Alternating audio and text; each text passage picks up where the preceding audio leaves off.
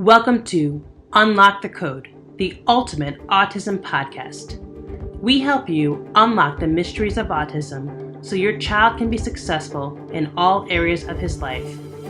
With your host, the internationally acclaimed author, speaker, and autism and behavior expert, the CEO of Hope Education Services, Jessica Leichtweisz. Well, good evening, everyone. My name is Jessica Leichtweisz, and I'm the CEO of Hope Education Services. And this is our very first podcast show. So many of you have been following my blog and following my YouTube channel and receiving my emails for the last year. And we are so excited to expand into now bringing you a podcast.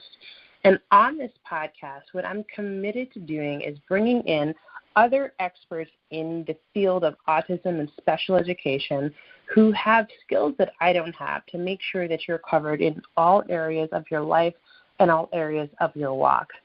So tonight I'm excited to bring a topic that keeps many, many parents up at night. In fact, I think that when I've done my research, I find it's the number one thing that parents are thinking about and they're worrying about. And that's what's going to happen to my child when I'm no longer with them. Now, let's face it, many kids with autism can do really well, and some can go on to live independently, and really any special needs, because we have a lot of families who listen to these calls and are on our channel who necessarily have a child with autism but has a child with special needs. And one of the most difficult things to think about is what's going to happen when you're no longer there to provide for your child. Is your child going to be able to work and live independently? Are they going to need some supports for the rest of their lives? And who's going to pay for that? And let's face it, we live in a society today where we can't necessarily rely on someone else to take care of our children. So it's important that we financially plan for our future and for our children's future, even if we're not there. And that's why I'm so excited to bring an amazing financial agent who not only got into this field because she's passionate about it, but because she had a son with special needs in her own life. And this affected her as well. And she made it her mission to make sure that families just like you know how to make sure their children are taken care of for the rest of their lives. If there's any topic that we can start with, it's planning for your family's financial future is one of the most powerful ways that we can introduce this podcast. And it's an honor and privilege to bring Lori Leathers on this call to talk tonight a little bit about how you can make sure your child is set up for the rest of their lives. Lori, thank you so much for joining us on this podcast tonight. Thank you, Jessica. It's my pleasure. So, Lori, I know, I've heard your story, and I have, your story in front of me on my computer, and it's just amazing. But I know that all of our listeners would benefit from hearing how you transitioned from working in pharmaceutical sales to making it your mission to empower families affected by really special needs to make sure their children are taken care of. And this was a very personal journey for you. So for the benefit of our listeners, can you talk a little bit about why you made that transition and why you've made this your life's work? Yes, I'm happy to do that. So as you mentioned, I had most of my career was spent in the pharmaceutical industry. It had a very successful career in various capacities. And then in 2001, I had my son, and he is now 17 years old. But at the time, I was still in pharmaceutical sales, so it did afford me a lot of flexibility, relatively speaking. I could attend to his needs, and it was only a few months before we realized that he had some developmental delays. And that's when the whole world of special needs first opened up to me. Totally unfamiliar, uncharted territory to me before that. I was fortunate enough to have a very good pediatrician that even before I had a diagnosis for my son, he realized that based on his developmental delays, he should have early intervention services.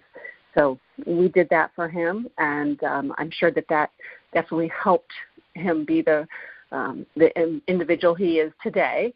And we did have a relatively early diagnosis, which, again, I do believe is very key to knowing, because a particular diagnosis can help the approach in terms of behavior management, education, all those kinds of things. And my son's particular diagnosis is Fragile X syndrome, and he's also considered to be on the autism spectrum. So knowing those things really made a difference in his behavior management and education. However, once he became an adolescent, I was still in field sales, but my territory was quite far away, like 2.5 hours for me just to get into territory. And at that time, just like any typical adolescent boy, hormone changes, et cetera, brought along a lot of behavioral changes. And based on the fact that he was at least as big, if not bigger than me at that time, it was very hard for me to manage him. Plus, he has a sister. My daughter is 1 year younger than him. So it just became very challenging for me to have him with me and my daughter. So we started to think about, some options. And that's when I realized that there are definite steps that families need to take to ensure the ongoing successful future of their loved one with special needs. I started to realize that there are legal considerations, government benefits that people need to be aware of and become eligible for, and that once a child leaves the school system, their supports and services are really no longer an entitlement. They have to become eligible for those services. And that really was a big wake-up call for me. So I figured if I didn't know any of that, and I felt very involved with my son's care management, et cetera, and I figured there's so many other families that don't know all of the steps involved either. So that's where I decided to make a career change and got my life and health insurance license and became connected with some estate planning attorneys, et cetera, got familiar with government benefits, and started to do special needs planning. So I've been doing that for the past 5 years, and I found it very rewarding, quite different from what I was used to doing, but it still avails me the opportunity to leverage my science background and help. I pride myself on helping families as an overall resource, not just as the financial component, but whatever they may need, whether it be an advocate, special education attorney, different support services. I'm pretty sure I've experienced a lot of things with my son that I can leverage to help other families. Yeah, Lori, I know that, for me as someone who works as a behaviorist, I work with dozens, if not hundreds of families every year. And one of the things that parents ask me all the time is how do I get financial help? And how do I get these resources? And what's going to happen when my child graduates high school? And truthfully, I don't always know the answer. I know for my local area how to point parents to grants that are available or local programs that are available, but I don't know what a family is going to do when, what they should do. And that's why I asked you to be on this call. And that's why I wanted all my listeners to benefit from your experience and your expertise. For a lot of families, when they're receiving a diagnosis, whether it's autism or Fragile X or Down syndrome or any sort of special needs, immediately their child needs services, and sometimes those are available, and sometimes parents have to pay out of the pocket.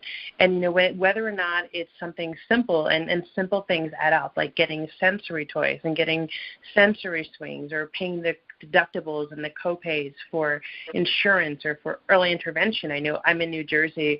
In New Jersey, early intervention is not a free service. It's actually a cost share service. So parents are already financially strained, and the idea of thinking of paying for the future or planning for the future when you're having difficulty even paying for and living in the present can be a really daunting task.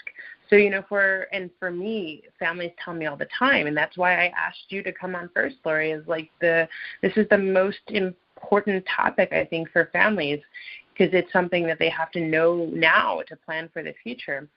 What would you say to a mother who's struggling to pay for the immediate time in terms of planning, and what resources are available to families now, and how do families start to think about, making sure that in the future their children are going to be okay?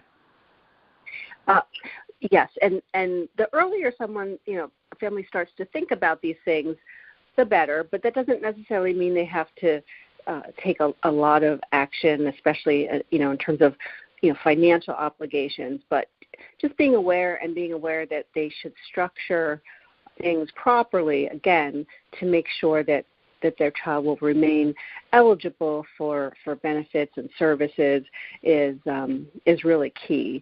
And there are various types of financial vehicles that can be leveraged that basically a relatively small monthly or annual contribution can, in the long run, really grow into a large asset or pool of money. So, that's really where I come into place to find out what the goals are for the family, not just their loved one with special needs, but the parents, any other children that might be involved, and what they currently have in place, and then figure out really the best options to, in the long run, achieve their goals. So there are various financial tools that can be leveraged to meet those needs. And the sooner a parent or a caregiver begins, the better, because sometimes these things involve things like life insurance, for example, or other things that depend on the health of the person that's applying for the asset. And so, again, the younger and more healthy a person is when they start to plan, then the less expensive the planning process is ultimately going to be. So those are just some of the things that I hope parents and caregivers keep in mind. And certainly we want to be able to take advantage of any government programs that are available without entirely relying on them, because as we all know, government programs change over time. There's no guarantee that they'll always be there. But as best as possible, we want to leverage them to our advantage. Yeah. Now, Lori, so I didn't know that, like, for me, I have a retirement account and I have a self-directed IRA and I manage all of my money by myself. So certainly I understand the concept of compound interest and the idea that over time, the more that you're saving, you're making money on the money that you're making, and over time that adds up. And I think that a lot of the listeners on this call probably have some form of 401k or some form of pension. But what is it that someone who is planning for retirement or planning for the future of someone with special needs to consider that the average person like myself wouldn't necessarily need to be thinking about when planning financially? Okay. Well, there are definitely certain assets that are better left to maybe a spouse or any quote-unquote neurotypical siblings that may go on to be financially independent eventually, than versus assets that you would leave to your child with special needs. And those are based on the different tax consequences, largely, of the different types of accounts. So things that are like a qualified retirement asset, which, as you mentioned, a lot of people might have like a traditional IRA or a 401k plan, and that's really what they're leveraging and saving for their own personal retirement. And yes, we have to have beneficiary designations for those contracts, for those accounts. And while you might think that, oh, well, I should leave this asset to my child with special needs, that's really not the ideal way to do it. That's really better left to, like I said, a spouse or maybe a neurotypical sibling, again, just due to the tax consequences. And one reason, there's a couple of reasons for that, actually. One is that it's important not to leave assets directly in the name of an individual who you anticipate may need supports and services throughout their adulthood. And that's because there's an asset test, and it's a very low margin. If an individual with special needs has greater than $2,000 worth of assets in their name, they are automatically ineligible to apply for medical assistance or Medicaid, and eventually, when they turn 18 years old, they will not be eligible to apply for supplemental security income, or SSI. And medical assistance and SSI are two very good assets and government benefits that can be leveraged to their advantage. So, Lori, so I'm going to actually just stop you for a second, because that has literally just blown my mind. Now, I've been working in the field for more than 10 years. Never knew that. So, I mean, for me, I pay somewhere around $5,000-$6,000 a year for medical insurance as someone who's self-employed. So you're telling me that if someone has $2,000 of assets, that they may not be eligible to apply for Medicaid? That's correct. Wow. And that's really powerful for our audience to know. That's something I was totally unaware of.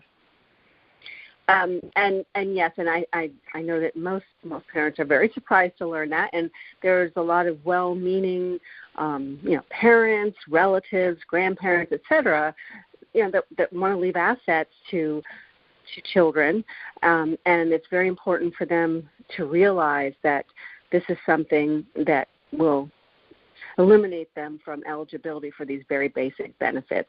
And so there are some legal solutions that can be put in place, and that's where an experienced estate planning attorney that's familiar with working with families of loved ones with special needs comes into place, very similarly to a financial planner that has that specialized level of expertise. So, for example, there's a tool that's often leveraged, and that's called a special needs trust. And a special needs trust, there are various types. However, the overall goal of a special needs trust is to really protect assets, and those assets are for the ultimate benefit of the beneficiary, who would be the loved one with special needs. However, the assets are not directly in their name. They don't have direct access to the assets, and therefore there are trustees, or usually more than one trustee, that are named to manage the assets in the trust. And that's kind of the loophole, if you will, that allows them to have assets for their supplemental use above and beyond what government benefits provide, yet it's a protected asset. And it's protected in many ways. I mean, the trusts can be leveraged for various purposes, but in terms of a special needs trust, if there were to be a lawsuit or creditors that were to try to come after any money, anything in the trust would be a protected asset. So you want to build in my mind, as a parent, I know that my goal is to build in as many guarantees and options into an overall plan as possible. That's the best that we can do. So it sounds like everybody who has a child with special needs should be having a special needs trust, no matter what the circumstances. Is that something you would say? Is that no matter where your child is, whether your child's on the higher end, like functioning spectrum, where they can work, they can to some degree live by themselves, but need some supports, to children who are on the other side of the spectrum, where they're going to need full supports for their whole life? And is this something that all families should have? I believe that it's a good thing to have in place, because let's just assume the worst case scenario. The worst case scenario would be that you put a trust in place, which of course there are fees involved with that. They aren't exorbitant. It's a one-time fee in terms of getting the estate planning document itself in place. And usually an attorney will coordinate the wills for the parents or caregivers and make sure that they're consistent with the terms of the special needs trust. And then eventually there's usually, when the child turns 18, a couple other considerations, legal considerations for parents are whether or not they want to apply for guardianship for the individual in terms of their ability to make decisions on their own, or maybe consider powers of attorney. And so bundling all those legal documents together is, the cost of that varies depending on the attorney and the complexity of the documents. But I would say within the range of $2,000 to maybe $5,000 would definitely cover those expenses based on my experience. And so once those things are in place, and everybody needs a will. Every person should have a will so that they, anything in their estate is going to be distributed as they want it to be, and so having a special needs trust. The worst case scenario is that you pay for the trust, but then eventually, if you decide, my child is going to live independently, they're going to be financially independent, and there's no need to have these protected assets in a trust for them. Well, then you just what they call dissolve the trust, and that's just a matter of designating the assets that may already be in the trust. You can designate them to be distributed as you choose. So you'd be out the cost to create the trust, but having the peace of mind and that security in place because of the unknowns of the future, I think is well worth it. Yeah, it sounds to me that certainly having that peace of mind is invaluable. And I think that knowing that your child is safe and knowing that your assets you're protecting, that families are working so hard for their entire lifetime, I think knowing that is certainly invaluable. You can't really put a number on that. And I think that's a really important piece of information that a lot of parents don't know about. So I just want to thank you so much for sharing that. You also talked about life insurance in the beginning of this call. Is that something that all parents should have if they have a child with special needs, or really children in general? Well, I believe that there are a lot of benefits to life insurance. For one thing, especially when you're a caregiver of an individual with special needs, just consider if something were to happen that would either impair your ability to earn an income or to provide the value that you do on a day-to-day basis in caring for that child. You would have to replace that value somehow, and that's where life insurance can come into play. So protecting the caregiver and what they bring to the table, whether or not they're making a salary, they're earning an income, or they're a primary caregiver to someone, it's very important to cover the value of that. So covering the and protecting the income earning capacity and care management value of the parents is really essential. And so that's where I start. You have to start with that. And then beyond that, you also want to consider long-term, how am I going to have enough assets to supplement what government benefits don't provide? And just to give you an idea, right now, the maximum benefit for SSI, which is a federally run program that's managed by states, but for all states, the current 2018 maximum is $750 a month.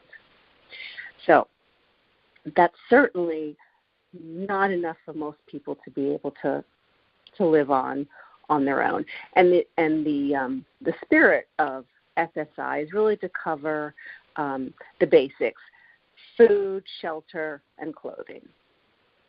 And then beyond that, a parent or caregiver needs to supplement the needs of their child.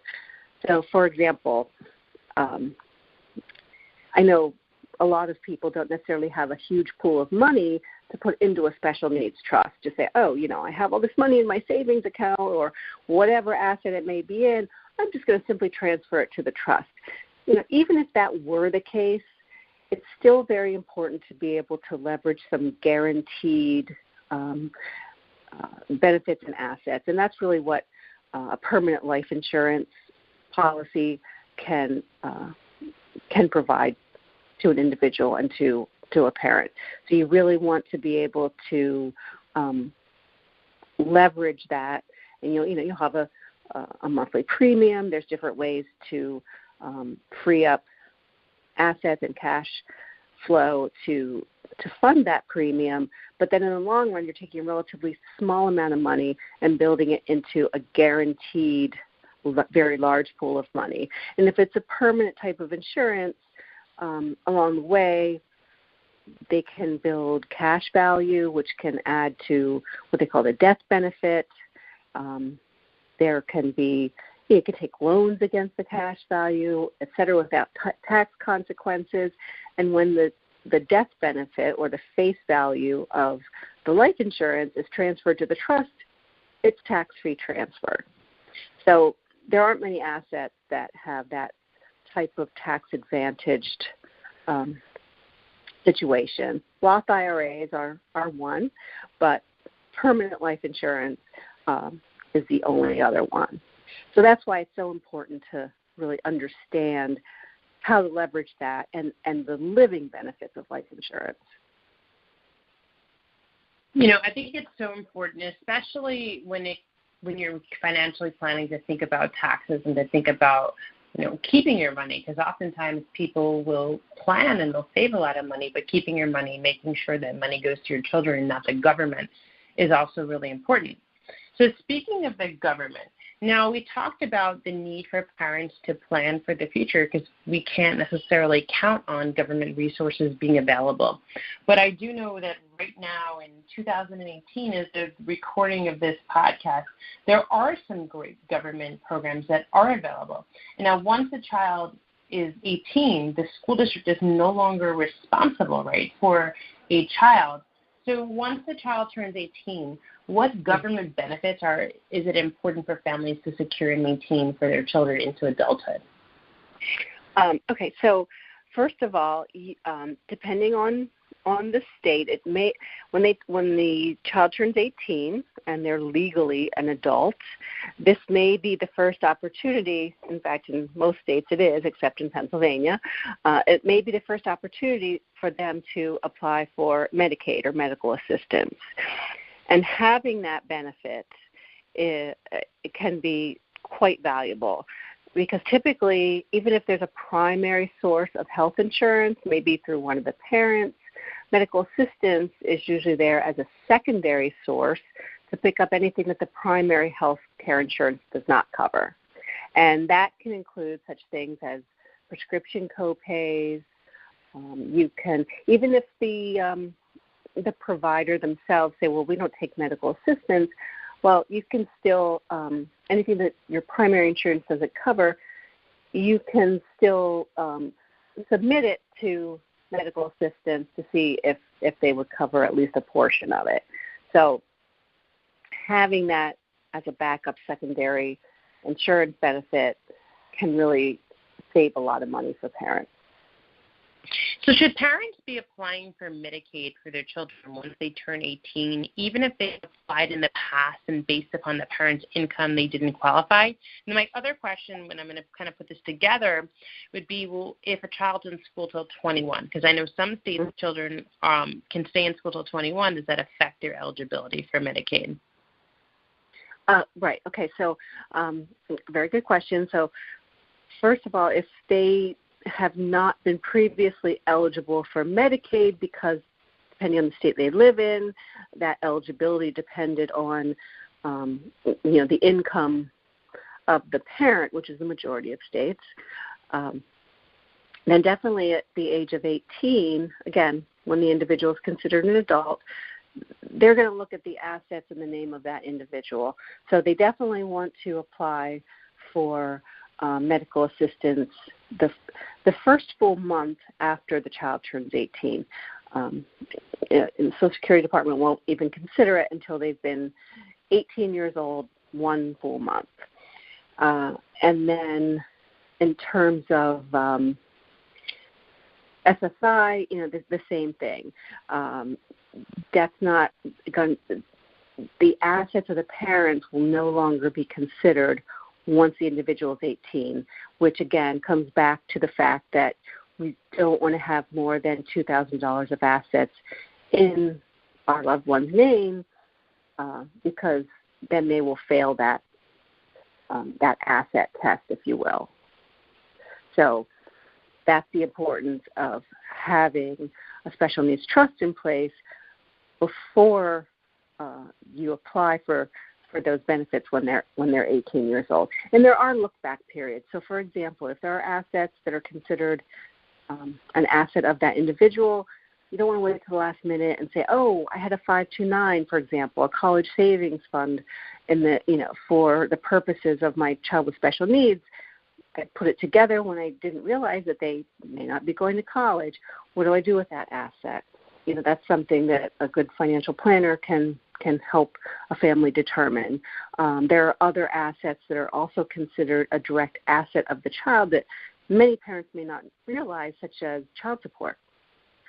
So most children with special needs are eligible legally for child support even after the age of 18. And however, at that time, it's good to consider alternative ways that, if an ex-spouse wants to continue to provide some support for that individual, instead of doing it through an asset such as child support, you might be able to just direct it directly to the special needs trust, for example. So those are all very important considerations that go into the special needs planning. Okay, perfect. And so, if a parent is sitting on this call and thinking, okay, I have a lot of work to do and I really want to get started, do you take families right now, or how could a family find an expert to help them with the financial planning piece and to help them with the legal pieces? Okay, yes. So I help families basically throughout the country. Primarily, the families that I serve are in New Jersey, Delaware, and Pennsylvania. I have traveled and worked with families elsewhere, but if a family wants to be able to, first of all, find a competent financial planner, it's very important to ask questions of that potential advisor or planner, such as, what is your experience in working with families of loved ones with special needs? What do you know about the asset threshold to become eligible for SSI and medical assistance? You can ask them very targeted questions, and if they are like a deer caught in the headlights, then that that's just not something that they work with day in and day out. Sometimes there are certifications that a financial planner can have in place through the American College. There's a designation for a certified special needs financial planner that can be obtained. So those are some of the things in terms of the financial piece. And then in terms of an attorney, there are various estate planning attorneys. And one of the first things I do, if it's in an area that I'm not familiar with geographically, and I want to find a competent estate planning attorney for a special needs trust, first of all, I just go to their website and take a look. And if they mention special needs estate planning or special needs trusts as part of their overall services, then all right, that's a good place to start. Some estate planners might do a lot of elder law planning. However, that's still different than special needs planning. So again, you want to make sure that in their credentials they have a lot of focus on the fact that they support families with special needs and create special needs trust. There are also some professional organizations. One is called the Academy of Special Needs Planners, and that is a website that can be obtained to take a look at what they're listing, and the Academy of Special Needs Planners, and also there is one for special needs estate planning attorneys, which again, it's something it's a national organization that attorneys have to be qualified for and granted access and eligibility to. So those are some good online resources. Yeah, I mean, and those are invaluable resources, and I know a lot of families who are listening onto this call are going to be heading right there. Now, one of the questions parents always ask, whether it is about financial planning or about receiving behavior services, is, when do I start? And always the answer is the sooner the better. But the next question we get is for a family who has a child who's older, maybe they're about to turn 18. Is it ever too late to start thinking about the future? Is it ever too late to start financially planning? Is there, what would you say to the mom on this call who thinks they might have missed the boat? Right. So, yes, as you mentioned, the earlier the better, because then it's you want to lessen the overall overwhelming nature of the process, which one can feel. But certainly it's never too late to start. If you already have a child that's above the age of 18 and you haven't established a trust or haven't considered these things, it's certainly a good idea to do that. Now, special needs trust can be established for an individual up to their age of 65 years old. So there's a lot of leeway in that regard. Some things that, it's better to start early only because you want to start taking advantage of the government benefits as soon as possible. So, that's one advantage. It can be a huge cost savings for families to become eligible for medical assistance and get that, $750 SSI per month if they can, because they can use that and leverage that to the future advantages of that individual. And just one other thing I wanted to add about the SSI is if your child is living with you, it's very important to consider charging them room and board, because if you don't, then that's considered what's called an in-kind gift, and then automatically Social Security Administration will deduct 1/3 of the SSI amount, because they're considering, well, you're just gifting that to your child, so we're going to deduct that from the benefit that they get every month.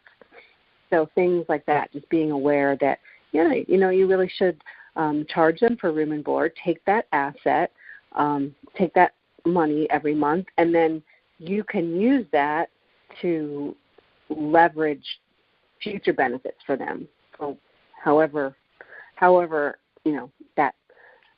that might be, whether it be paying for a life insurance premium, there's just different ways to take that monthly amount and grow it into a long-term, larger pool of money. Wow, so I had no idea that a parent can legally charge rent to a child or adult with special needs who's living with them. And again, that's a huge tip and trick for parents. Now, I know you have a wealth of knowledge and a wealth of information, and we can probably talk about this for hours, but I also know you have a seminar coming up sometime soon in Pennsylvania. Would you like to share a little bit about what you're going to be doing for families who may just happen to be local listening to this, and if they're not local, how they can get in touch with you if they wanted to learn more from you and even hire you for your services? Sure, absolutely. So, yes, I do a lot of educational workshops just because, again, this is a very dense topic. There's a lot of information to absorb. And so my next workshop is going to be held at my office in Wayne, Pennsylvania. And that's going to be next Tuesday night at June 19th at 6:30 p.m. Anybody that's interested or would be interested in asking me questions or engaging me for any, financial services, they can contact me on my cell phone, which is 302-690-5117, or by email, which is basically just the first initial of my name, L, and then my last name, LLeathers1 @verizon.net. So I'd be happy to accommodate any questions or just speak to people, just parent to parent. I know that sometimes that can be a huge value for people, so I'm totally willing to do that. Yeah, absolutely. Well, thank you so much. I mean, it's really invaluable for parents, and there's no way to put a price tag on knowing how to take care of your family financially. So I just want to thank you, Lori, for being the first person to come on and be a part of our Hope Education Services, our podcast. And like I said, if I could bring any topic on to the families first, the financial piece is one of the most important ones. So thank you so much for coming on tonight, generously sharing of your time to help and support our families, and being my first yes for being a guest on the show. It really just means so much for me. I'm so truly grateful for you. Well, thank you, Jessica. Again, it was my pleasure.